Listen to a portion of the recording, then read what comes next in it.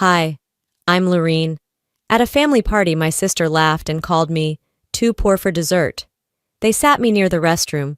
My name wasn't even on the place card, but what they didn't know was that I owned the property they were all clapping about. It wasn't the first time they tried to write me out, but this time I brought receipts. Why do the people closest to us rewrite our stories until we stop letting them? It was supposed to be a celebration. At least, that's how Mom pitched it. "Just a nice family dinner," she said over the phone, her voice all sunshine and silk, like we hadn't spent the last decade pretending I was some awkward cousin instead of her youngest daughter. I knew better than to expect warmth, but I didn't expect the napkin.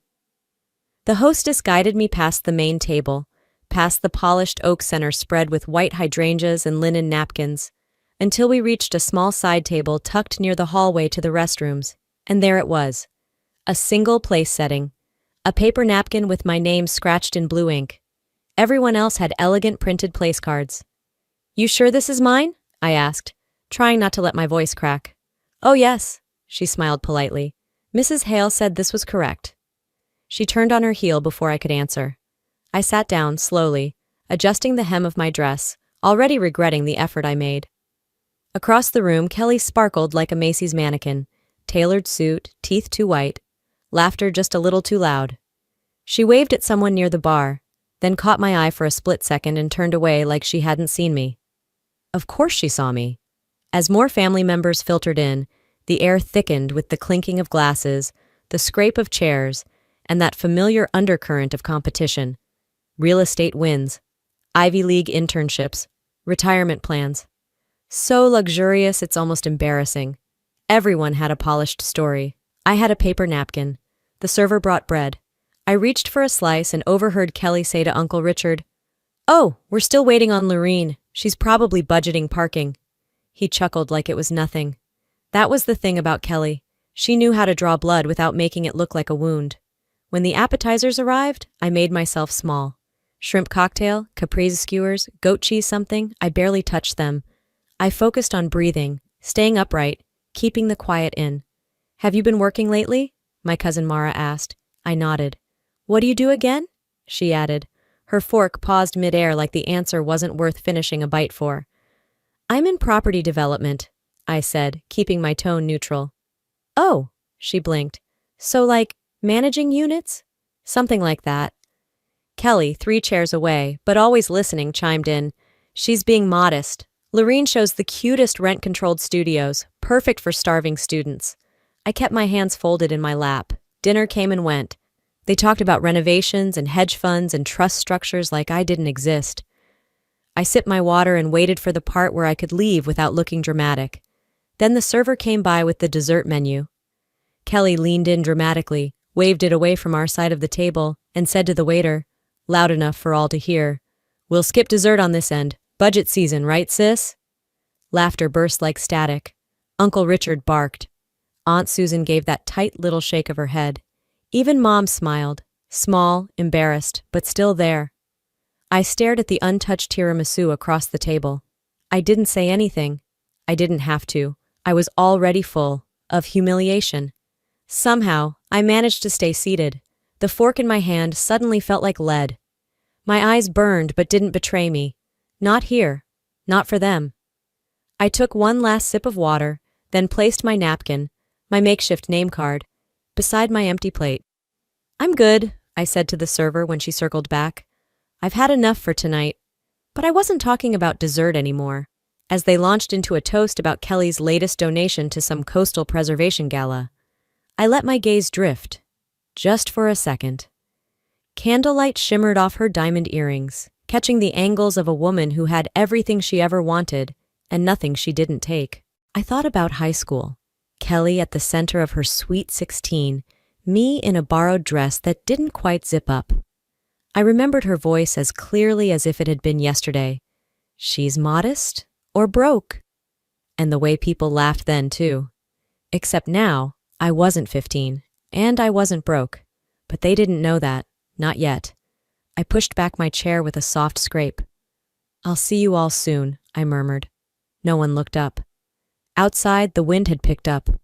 I walked to my car without checking my reflection, No one follows a woman like me out of a room like that.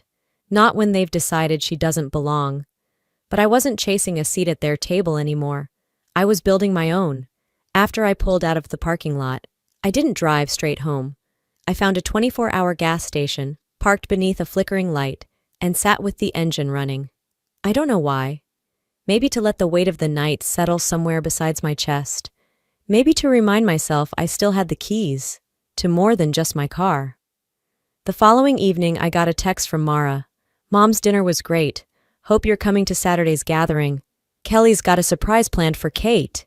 A smiley face followed. I stared at the screen for a while before tossing the phone on the couch. My appetite hadn't come back, but my memory had. By the time Saturday rolled around, I'd resolved to show up. Not to smile, not to forget, just to watch. It was held at Kelly's house this time. Her backyard patio was strung with market lights, glowing warm against the early spring dusk. Someone handed me a glass of champagne, and I nodded politely, finding my way to the edge of the crowd. I scanned for my mother. She was there, of course, seated front and center, as always, draped in a pastel shawl, like she was waiting for a portrait artist to arrive. Kelly stood beside her, one hand resting theatrically on her shoulder. "Before dessert," she said, raising her voice just enough, "we have a little something for our wonderful mother." The crowd hushed with rehearsed anticipation. Kelly gestured, and Daniel, her husband, stepped forward holding a silver gift bag. Inside was a beautifully framed document, a deed. The deed to a slice of Oregon woodland near the coast, a patch of green my mother had visited every year since I was 10. She called it her retreat for the soul. Applause erupted. Someone said, "How thoughtful," and another followed. Only Kelly would remember such a thing. As people leaned in to read the gift tag, I already knew what it would say. From Kelly, Daniel, and the Hale family. Not a mention of me, even though the purchase had been mine. Quietly, months ago. I had found the land, negotiated the price, filed the paperwork, paid for it in full, and instructed the seller to gift wrap the deed and send it through Kelly at my mother's request. Kelly hadn't added a cent, but she had removed something. My name. I didn't move. I didn't blink. I just took another sip of champagne, which suddenly tasted like ash. Later, as the guests moved toward the buffet, Kelly motioned me over to introduce me to a few of Daniel's relatives from Bend. "This is my baby sister, Lorene," she said with the same smile you'd give a stray cat before putting it back outside. "She's still figuring out her path, one of the freest spirits I know." They chuckled gently, like they were in on some private joke. An older woman said, "It's good to have a dreamer in every family. Keeps the rest of us grounded." I nodded. "Sure does." The laughter faded into background noise. No one asked me what I did. No one asked me anything at all.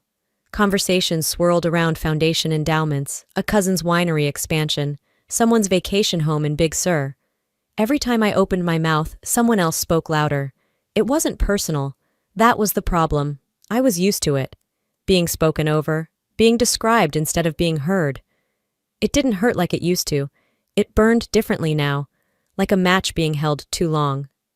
I excused myself halfway through dessert and stepped inside the house. I needed a moment to breathe, to stop clenching my teeth. In the hallway, I passed a shelf filled with family photos. Every frame showcased Kelly, at her graduation, her wedding, next to our mother in matching blazers at some benefit gala. My face appeared twice, once as a toddler on a tricycle, once blurry in the background of a Thanksgiving shot from 10 years ago. A ghost in my own lineage. I didn't cry. I didn't rage. I didn't take the frame and smash it, though I thought about it. Instead, I went home. Back in my apartment, I kicked off my shoes and sat at the dining table.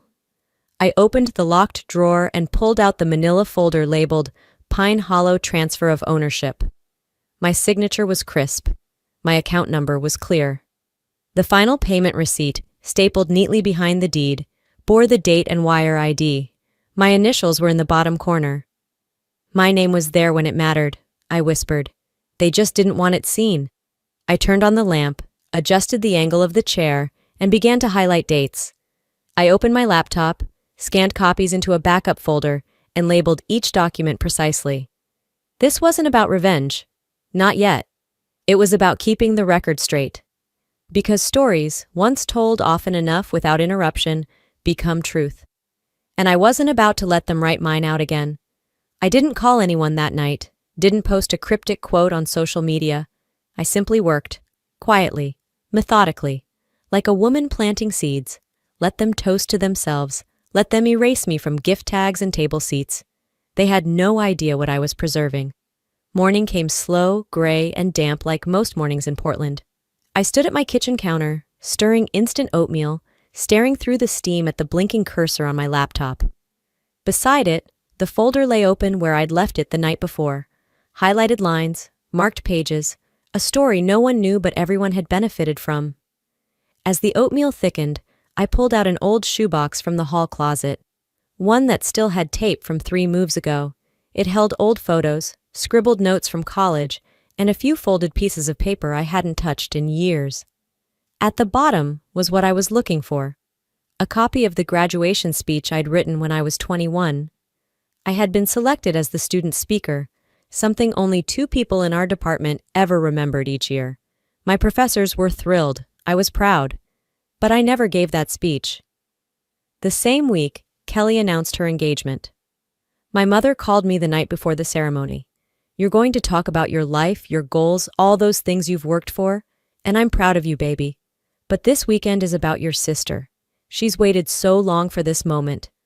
Don't take the light off her." I hadn't even fought it. I told the dean I was sick. Sat in the audience in a dull blue dress while someone else read their mediocre essay about campus nostalgia. My mother had applauded, loudly. And Kelly, she'd kissed her fiancé and said, "See? Everything works out when we support each other." The oatmeal was cold by then. I dropped the spoon in the sink and went to my desk. I opened the document labeled Woodland Deed Timeline and began typing. Monday, site scouting. Wednesday, broker contact, price negotiation. Following week, full payment wire, filed under my name, gifted through Kelly, per request. Each line was simple, just facts. But with each one, the tightness in my chest loosened a notch. Around 11 a.m., my phone rang. I didn't check the screen. Only one person still called without texting first. "Hey, sweet pea," my mother chirped when I answered. "Hi," I said, not bothering to sit. "Kelly told me you were at the dinner. I'm glad. It meant so much to her, and to me." I said nothing. "She's getting a lot of press for that Woodland thing. Isn't it amazing what she's doing for the environment? And for my birthday, no less." I could practically hear the pearls clinking against her neck when she laughed. It wasn't a harsh sound. My mother's voice never was. That's what made it so effective. "You know how she gets, Lorene," she added lightly. "Don't stir things. You've always been stronger." There was a long pause. "She didn't mean anything by forgetting your name. Let her have her moment, okay? Don't hurt your sister." My fingers were tight around the phone. I had to remind myself to breathe through my nose. "She erased me, Mom," I said slowly. "That wasn't an accident." A small sigh. "You girls are both so different, and you've always had such strong feelings. But this is her path, her light. There's no need to make it about you." She didn't say it cruelly. That was the worst part. After we hung up, I sat by the window, letting the light fall in patches across the floor. I remembered other conversations just like that one. Quiet dismissals, gentle redirects. The unspoken rule, don't speak louder than Kelly's presence. I stood and went to the bathroom, faced the mirror. My reflection looked back with no expression, but my eyes were alive, sharp, tired, but awake in a way they hadn't been in years. I picked up my notebook and began a new page. Charity Gala, 2018. My presentation pitch, rejected. Kelly used the phrase word for word in her speech 3 weeks later. Grant for Small Businesses, 2019. My draft emailed to Mom. Kelly announced her plan at family brunch the following Sunday. I didn't need to yell. I needed to write. In the quiet, I heard my own voice for the first time, not trembling, not seeking approval, just mine. That night I found myself thinking about the last time I had tried to assert something, anything. It had been 5 years ago, at a charity dinner. I had offered to speak for a minute about our local food pantry. Kelly had been there too, in a red satin dress, talking to a board member about her new boutique opening. The host handed me the mic. I barely got 3 sentences out before Kelly waved over the same board member and started talking about a donation. I paused, waited. She didn't stop. And under the table, my mother's hand squeezed mine. Not for comfort, but as a signal. Stop. This isn't your moment. So I stopped. I handed the mic back, smiled like a good daughter should, but I never spoke again at any family gathering, until now. This time I wasn't going to whisper politely while being erased. I was going to write it down and make them read it. 2 days later, I showed up at the gallery. I hadn't RSVP'd. I didn't need to. Years ago, I helped secure the funding for the very building the event was held in, quietly, without a speech or plaque. The architect knew, the city knew, but my name never made it to the donor wall. I parked 2 blocks away, walked slowly under a gray Portland dusk, and stepped into the space like I belonged there, because I did. I didn't wear anything flashy, just a dark, well-fitted blazer, flats, and a sense of stillness I hadn't felt in years. Inside, everything looked curated. Reclaimed wood floors, track lighting angled just right, art that whispered authenticity with a 5-digit price tag. And in the center of it all, Kelly, laughing, glowing, floating between clusters of donors and local influencers, like she owned the air they breathed. I was sipping from a glass of water near the back wall, watching a guest examine a series of abstract pieces, when I heard a low voice beside me. "You're Lorene, right?" I turned. The man was in his 70s, sharp navy suit, eyes like someone who'd signed more checks than contracts. His name tag read, Alvin Graves. "I thought so." He nodded. "You're the one who actually backed the Alder project, that little infill development on Glisson?" I blinked. "Excuse me?" He chuckled, not unkindly. "Kelly always talks like it was her baby, but I pulled public records. It's your signature on every equity document. Quiet money, but real money." He clinked his glass against mine gently. "Smart play, by the way. That corner's going to triple in value by 2026. He moved on before I could respond. I stood still. All I could hear was the hum of distant laughter and my pulse in my ears. Someone had seen it, seen me, without me having to scream, or prove, or beg. That moment alone would have been enough. But the universe, or something crueler, wasn't done. Near the bar, I was reaching for a napkin when a woman in a satin blouse and high-heeled boots turned toward me. "So what do you even do, Lorene?" she asked, casual as if we were comparing appetizers. "I mean, you always seem adjacent to things, like around, but not really in it." I looked at her. She wasn't being vicious, just honest, or maybe parroting what she'd been told. I smiled, not because it was funny, but because it was familiar. And then Kelly appeared at her side, draped in soft beige and gold. Not once did her eyes meet mine. She looked right through me and said to the woman, "Oh, Lorene's a free spirit. She does all kinds of behind-the-scenes stuff. She's great at supporting." I held the napkin a beat longer than necessary. "Right," the woman nodded, sipping her drink. "That makes sense?" No one asked another question. Later, after people began heading to valet or calling Ubers, I walked out the side door and circled around the building. I didn't want to be seen leaving beside Kelly. I wasn't part of her act. By the time I got home, I was out of breath, but not from walking. I turned on my desk lamp, pulled out my laptop, and logged into the private server where I stored everything, Westwind Assets, a system I built from scratch, without anyone's help or knowledge. I ran my own audits, tracked my own property trails. And just like Alvin had said, Kelly's charities were nothing more than branded facades. Legally, the LLCs belonged to her, but the capital came from my accounts, silent investments, strategic partnerships where she was the face, and I was the risk. I printed 5 pages and laid them out on the dining table like puzzle pieces. Ashcroft Commons, Harborview Green, Alder Project. Each had one common note: initial funding by L.T. Morgan. My name, my money. She'd taken the credit and left me the liability. I didn't cry. I didn't throw anything. I just filed every document into a binder marked, "if needed." Let them keep talking. They didn't know the storm was already named. I was just waiting for the wind to shift. I turned off the lamp and walked into the kitchen for a glass of water. From the window, I could still see the glow of the city, the gallery a faint blur in the distance.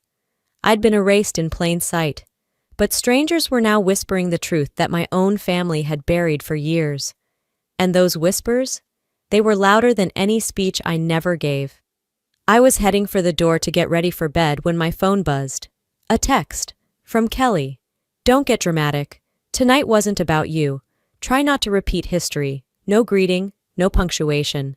I stared at it for a long moment, and then, as if I were watching a rerun of a very tired show, I remembered the last time she'd used that phrase. I'd brought a guest to a family barbecue, someone I'd been quietly seeing. Kelly had pulled me aside and hissed, "Don't make this a thing. Don't get dramatic." I had laughed it off back then. Now I typed back, "You're right. Tonight wasn't about me, but the next one will be." I didn't wait for a reply. And when I heard her heels later at the valet line, yes, we parked at the same gallery deck, I didn't step aside. She walked past me without pause, then hesitated, turned her head slightly. "Try not to make this a habit, Lorene. You've done enough of that in the past." Her tone was airy, practiced, meant to sting without leaving a visible mark. I didn't flinch, just looked at her and smiled, the kind that doesn't move past the mouth. "I'm just getting started." She walked off.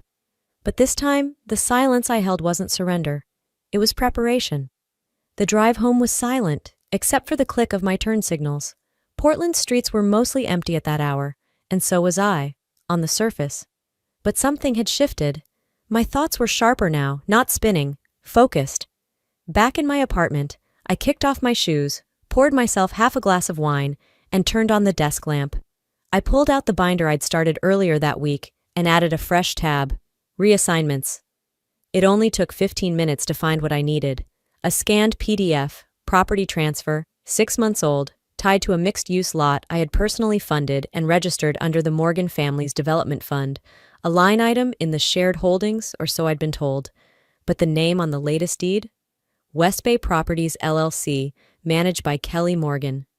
No notice, no consent form, and certainly no vote. I double-checked the original agreement from 3 years back. My name was listed as co-founding trustee. Kate's signature was there too, albeit shakier than I remembered. I zoomed in, comparing strokes. The new document showed a nearly identical signature, but the formation date was off by a week, and the notary seal looked digitally pasted. There it was. Either my mother had signed something without understanding it, or Kelly had helped herself to something that didn't belong to her. Again. I leaned back in my chair, closed the laptop, and stared at the ceiling. The numbers didn't lie. They never did. They didn't care about feelings or family brunches or not making things a scene. They just told the truth. I folded the 2 documents and slid them into a plain manila envelope. Not to mail, just to hold. Sometimes evidence needs to breathe a little before it speaks. 2 days later, I showed up to brunch at Kate's house. Not because I wanted to, but because I needed to. The garden looked the same.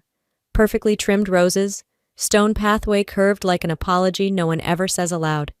Kelly was already there, in pastel and pearls, pouring mimosas like she ran the place. I walked over to her while she was alone near the peonies. "Got a minute?" I asked. She turned, that polite civil smile already forming. "Of course." I handed her the envelope. She didn't open it. "That's the original ownership doc from the Fremont lot," I said, voice steady. "And the reassignment paperwork you filed 6 months ago." Still no reaction. "I just want to be clear," I continued. "Either you forged Mom's signature, or she signed something she didn't understand. I'm not accusing. I'm pointing out that one of those things happened." Kelly blinked slowly. "Are we really doing this? Here?" "No, you did this. I'm just choosing not to let it rot in silence." She looked away for a second too long, then back. "You always think people are trying to hurt you." I didn't rise to it. "If this isn't reversed by next Friday, I won't be quiet next time. I'll bring the file where it belongs." "Where's that?" she asked, suddenly more clipped. "The county office," I said. "Or the press. Depends who answers first." I didn't wait for her to respond. I turned and walked back to the table, smiled at Aunt Doreen, and passed the fruit platter like nothing had happened. That evening, back home again, I went deeper. Old tax documents, archived emails, the family trust files I hadn't touched in years. And there it was. A trust fund, formed under my name, my social, titled Morgan Emergency Holding Account, established 12 years ago, supposedly for mutual family support.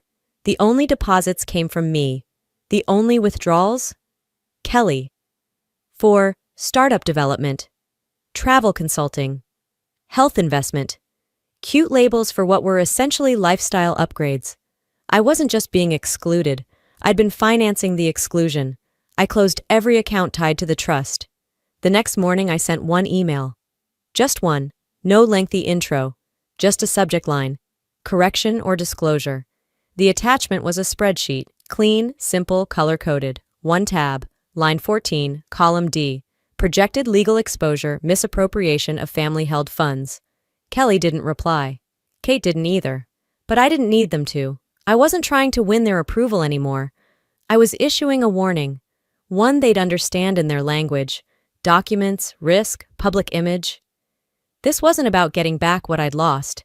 It was about ending the illusion that they could keep taking without consequence. If they still thought I wouldn't go public, they misunderstood the version of me that walked out of their garden. By midweek, I had gone 3 days without a response. No calls, no emails. Not from Kelly, not from Kate. Silence. The same old strategy. They'd use it like a shield and hope I got tired of shouting into the void. But that morning, while folding laundry with the TV humming in the background, a familiar name pulled me toward the screen. Up next, the anchor smiled, how one Portland entrepreneur is reviving neglected neighborhoods and community spirits with pastries and purpose. I stopped mid-fold, and there she was, Kelly, standing in a bright apron beside a community center kitchen counter, handing out neat rows of baked goods to smiling kids. My strawberry tarragon scones lined the trays, cut precisely in the same shape I always used, a design I had tested, perfected, and shared only in one place, my home kitchen. The segment zoomed in as she placed the last scone into a paper box. Kelly Hale, founder and project lead, the voiceover announced. The banner below read, Reviving Portland, one pastry at a time. Not a word about me. I didn't need to hear the rest. I muted the television. Instead of yelling or texting or marching down to the station, I logged in. I had kept my firm's social presence minimal on purpose. West Wind Properties wasn't designed to shout. It was structured to build. But now it was time to raise its voice, not in anger, in facts. The post I drafted was simple. 3 clean slides. Slide 1, a scanned property title, my name bolded, Kelly's absent. Slide 2, the original community redevelopment plan, with my signature at the bottom. Slide 3, a still shot from my kitchen security cam from 2 years ago, time-stamped, showing me baking those scones. Same shape, same glaze. Caption, Legacy is built, not borrowed. I hit publish. I didn't check the numbers, I didn't monitor shares, I didn't even scroll the comments. But within the hour, an old contact from the planning board messaged me. Saw your post, about time someone cleared the air. That afternoon the phone rang. Kate. Her voice was clipped. What are you doing? Correcting the record, I said evenly. You're making this ugly. No, I'm making it honest. There was a pause, too long to be accidental. You know how these things work, Lorene. People start digging, and you don't come out clean either. That made me laugh. I didn't spend 10 years hiding my fingerprints from what I built. She did. You'll ruin everything. Everything I didn't build? Let it burn. I ended the call. Later that evening, I drove to a strip mall on the east side. Most people would pass it without a second glance. A laundry shop, a tax office, a nail salon. But tucked in the corner was a tiny storefront with windows still taped from when I first leased it years ago for a pop-up event. It had been the first place I tested my pastries for community distribution. I'd let it go dormant. Until now. I reopened it for one day only. A charity bake sale. Everything priced at whatever people could afford. Proceeds to go directly to a tenant protection fund Kelly once bragged about spearheading. There were no fancy banners, no PR agents, no mimosas, just folding tables, handwritten signs, and the smell of real vanilla and brown butter. The first hour was quiet. Then a few faces trickled in, then more. Near closing, a little girl stood at the counter holding a scone with both hands. These taste like the ones on TV, she said. I smiled. They are, I told her. You just never saw who baked them. A soft round of claps rose from behind her. A few customers nodded. One man slipped a 20 into the donation jar without taking change. It wasn't a crowd, but it was a beginning. And as I locked up, my phone buzzed again. 2 notifications. 1. A repost of my original slides by a local nonprofit, tagging both my firm and Kelly's handle. 2. A message from one of Kelly's key donors. Would love to meet the actual developer behind Ashcroft. Let's talk. They pretended I didn't exist, but now their donors were asking who really did the work. By the following afternoon, the message from Kelly's donor was still sitting unread in my inbox, flagged but unopened. I didn't need to rush. Timing, I'd learned, was everything. That evening, as Portland's skies shifted from gold to pewter, another envelope arrived. Hand-delivered, no return address. Just my name on heavy cream cardstock. The kind Kelly liked to use when she wanted to appear more polished than she actually was. Inside, an invitation to the Ashcroft Renewal ribbon-cutting ceremony. Officially, I wasn't listed as part of the program. Unofficially, they'd already lost control of the guest list. The event was set up in front of one of the newly painted community centers, the same one Kelly had walked through on TV. The sidewalk had been swept, flowers freshly planted. Rows of chairs faced a small stage with a podium and banner, building Portland together. I arrived 10 minutes before it began, dressed in dark gray slacks, a tucked-in blouse, no jewelry. Not because I wanted to blend in, but because I didn't need a spotlight to be seen anymore. Kelly took the stage in a pearl-colored suit, her makeup flawless, her smile tighter than usual. Flashbulbs popped, donors leaned forward, local council members clapped as she began. "This project is more than redevelopment," she said smoothly. "It's about lifting up areas long overlooked. You can't leave families stuck in places like Alder Street." A few heads turned. A few more chuckled politely. I didn't. Alder Street, where I lived, where I invested, where I had built something when no one else would. Kelly's words weren't random. They were surgical. She wanted the audience to hear low income and think not me. I didn't flinch. But the woman next to me, a staffer from the city housing department, raised an eyebrow. 2 minutes later, a man in a navy vest from a local nonprofit leaned across the back row and whispered to a reporter, handing him a single page. The journalist scanned it, then did a double take. The paper showed the primary equity breakdown for Ashcroft Renewal. Line 1, West Pine Holdings, 76%. Line 2, LLC owner, L. Hale. No mention of Kelly anywhere in the legal filings. The reporter leaned toward his cameraman, who began adjusting his angle. Kelly continued, unaware. "We were inspired to create a model that not only renovates, but preserves community identity. Because home isn't just a place, it's people." As she wrapped up, the applause sounded slightly offbeat. The claps weren't synchronized. Something had shifted. "Kelly," the reporter called from stage left, "can you clarify the role of West Pine Holdings in this project?" Her jaw moved, but only her bottom lip twitched. "We've always collaborated with firms aligned in values," she said, blinking twice too quickly. "Was your sister one of them?" Kelly's head tilted, just barely. Her voice came out warm, practiced. "She's always been supportive in her own way. I didn't walk toward the stage. I walked toward the man from the nonprofit. We shook hands. "Would you be willing to answer a few questions?" he asked quietly. I nodded. "Let's step out of the noise." We sat down at a folding table under a canopy just outside the perimeter of the main crowd. A small community blog had sent a contributor. Young, serious, wearing a press badge made on a home printer. I didn't grandstand. I didn't vent. I walked him through the timeline, the filings, the development phases, the partnerships that never got named. I showed copies of permits, my permits. I let him record me saying clearly, I didn't need to be the face, I just wanted to protect the foundation. When he asked if I felt betrayed, I said, I used to think truth would rise on its own, but sometimes you have to put it on paper and hand it to someone. As we wrapped up, the city housing staffer who had sat next to me earlier approached. "Smart play," she said. "What do you mean?" "Letting her say it first," she replied. "People don't forget who tried to own something that wasn't theirs." By the time I got home, the article had already been posted. Headline: Meet the quiet developer behind Portland's most talked about renewal project. I didn't share it. I didn't need to. Others did. Dozens of reposts. Comments from people I hadn't heard from in years. She's the one who helped my aunt stay in her apartment. I knew it. I saw her working with the survey crew last spring. She doesn't brag. She builds. None of them said my name out loud, but they didn't have to. Kelly wanted the spotlight, but she forgot that the foundation carries the weight. And I built it. I didn't reply to the article. I didn't need to. That night, the repost spoke louder than any caption could, and when the third invitation came, this time from the Ashcroft Renewal Advisory Committee, it wasn't dressed in gold foil edges or followed by polite, "Hope to see you" texts from Kelly.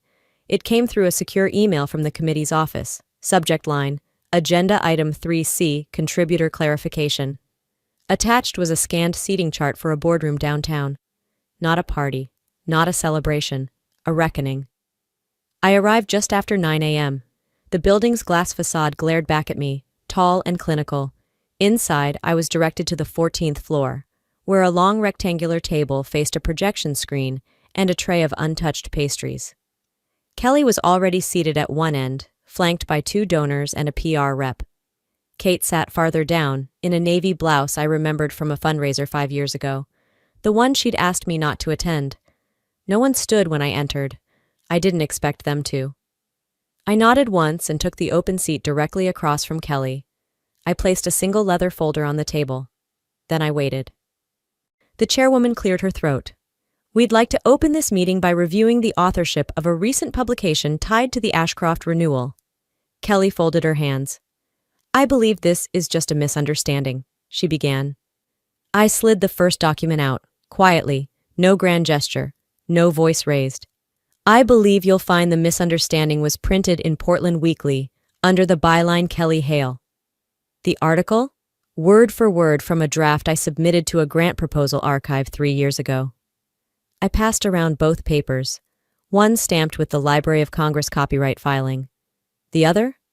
A copy of the glossy feature with Kelly's smile taking up the top right corner. The room fell into a stuttered silence. One of the board members coughed into his fist. A legal aide adjusted her glasses. Kelly opened her mouth. I didn't wait. This wasn't about inspiration, I said, calm and precise. It was theft, of authorship, of narrative, of identity. Kate finally spoke softly. Lorene, maybe this isn't the... This is exactly the place, I said, turning toward her. Because every other place, every other table, you've told me it wasn't. My voice didn't rise. If anything, it lowered. I'm not angry she wanted to write something. I'm angry she keeps rewriting who I am. The PR rep whispered something into a phone. I gave them 10 seconds. Then I opened the final flap of the folder and pulled out a contract, not a summary. The actual binding document from the redevelopment purchase. Land title, banking logs, wire transfers, LLC filings, all tied to me. I placed it at the center of the table. This, I said, isn't a request for credit. It's a return to accuracy. Kelly shifted back, face unreadable. Kate stared at the folder but didn't touch it. One of the younger donors leaned forward. Is this the same property highlighted in our annual report? I nodded. Yes, the numbers check out. I suggest your legal team confirm what your PR team didn't. Another voice piped in from the side of the room. A woman in city planning.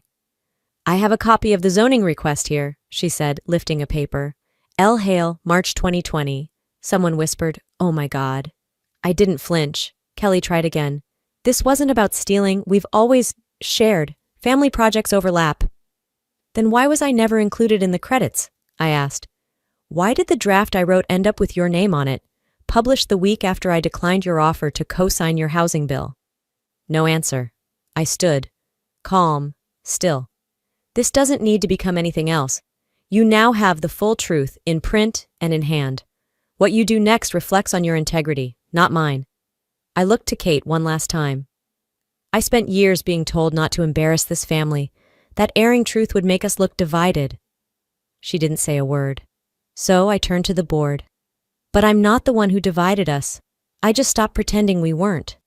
And with that, I slid the folder back into my tote, gave a nod, and walked toward the glass doors. No one stopped me. I didn't leave with an award or a plaque, but for the first time in years, I wasn't carrying any weight that wasn't mine. By the time I got home, I didn't need to check the headlines. My phone had already quieted. No new mentions, no more anonymous calls, just stillness. The week that followed unfolded in near silence. Not the kind used to shame, but the kind that settles over a room once the shouting's done. Kelly hadn't posted since the meeting. Her usual cascade of filtered brunch photos and carefully curated charity smiles went dark. Sponsors began peeling away, one after the other. A quiet statement from one foundation cited, "A reevaluation of public alignment with community values." Another simply thanked her for past partnership. I didn't forward the press releases. I didn't comment. Kate, on the other hand, resigned from the community board she'd chaired for over a decade. No dramatic farewell, no televised announcement, just a formal notice sent to the local chapter. Someone forwarded it to me with a, "Thought you'd want to see this." I didn't reply. That same morning, I brewed a fresh pot of coffee and sat down at my desk, the same one where I'd filed receipts no one had cared to read. But now, the inbox pinged with messages that got my name right on the first try. From nonprofits, from organizers, from city planners who once waved me off. Now, they wanted input. They wanted me. I didn't grin or cry. I just answered. 3 days later, just after sunset, I heard the knock. Soft, hesitant, 2 short raps. I almost didn't open it, but I did. Kate stood on my porch, hair pulled back, no lipstick, holding a paper bag. It was the same cloth bakery tote I'd once stitched her initials into during a Christmas market nearly 15 years ago. I'd forgotten she even kept it. "I didn't plan what to say," she murmured. "Then don't," I said, stepping aside. "Just come in." We didn't hug. I didn't offer coffee. She didn't ask. We sat on opposite ends of my small couch, watching the porch light flicker over the backyard fence. The paper bag sat unopened between us. The smell of cinnamon and clove leaked from the top. 10 minutes passed, then 15. When she finally looked at me, it wasn't with tears, just something closer to recognition. "You've always been steadier than I gave you credit for," she said. I nodded. "You never had to say it." She nodded back. That was it. No apology, no makeup dinner, but she came. And for someone like Kate, that meant something. A few weeks later, I hosted a gathering, not at a gallery or garden, just in the alley behind the Alder Street complex. There were folding chairs, 2 space heaters, a pot of hot cocoa bubbling on a camp stove. Kids from the building ran around with paper cups of cider. Someone brought tamales wrapped in foil. Someone else, a Bluetooth speaker, playing old soul tracks low enough that conversation still reigned. It wasn't fancy, but it was full. Midway through the evening, a little girl tugged my sleeve. "Is this your house?" she asked, eyes wide. I crouched beside her. "No," I said, smiling. "It's all of ours. I just helped hold the door open." She looked at me for a beat, then ran back toward her friends. No fanfare, just acceptance. Later, I walked up to the top floor of the building, the floor that used to have my name on its lease under a shell LLC no one could trace. From that height, I could see the courtyard, the street, the pop-up tables lit by soft yellow bulbs. It was quiet and full. Back in my office, I opened a blank document. Not a speech, not a press kit, a blueprint, a new community fund, this time for women like Miss Daniels in Unit 2B, who'd worked double shifts after her husband got sick. For moms like Kira who needed childcare vouchers to finish night school. For the girl who asked if I owned the building but didn't need to know the answer. I typed the name of the initiative. Then for the first time I typed my own at the bottom, Lorene Hale. Not bolded, not underlined, just present. For once that was enough. I didn't build it for revenge. I built it so no one would have to fight for a seat ever again. Sometimes the loudest victories don't come with applause. They come in the form of silence, finally free of pretending, of shrinking, of asking permission to exist in spaces we already earned. If there's one thing I've learned through this journey, it's that legacy isn't about recognition. It's about resilience. It's about choosing to tell your story before someone else writes you out of it. So if you've ever been underestimated, overlooked, told to keep the peace, while others took credit for your work, know this: your quiet strength holds more power than their noise ever will. And you don't need permission to own your truth. Now, I'd love to hear from you. Have you ever had to reclaim your own story or support someone who did? Let's start a conversation in the comments. Type 1 if this story resonated with you, or just tell me where you're watching from. And hey, if this story didn't speak to you, I'd still love to know why. Your thoughts matter. If you're still here with me, thank you. And if you want more stories like this, real, raw, and deeply human, make sure to subscribe to this channel so you don't miss what's next. We're just getting started.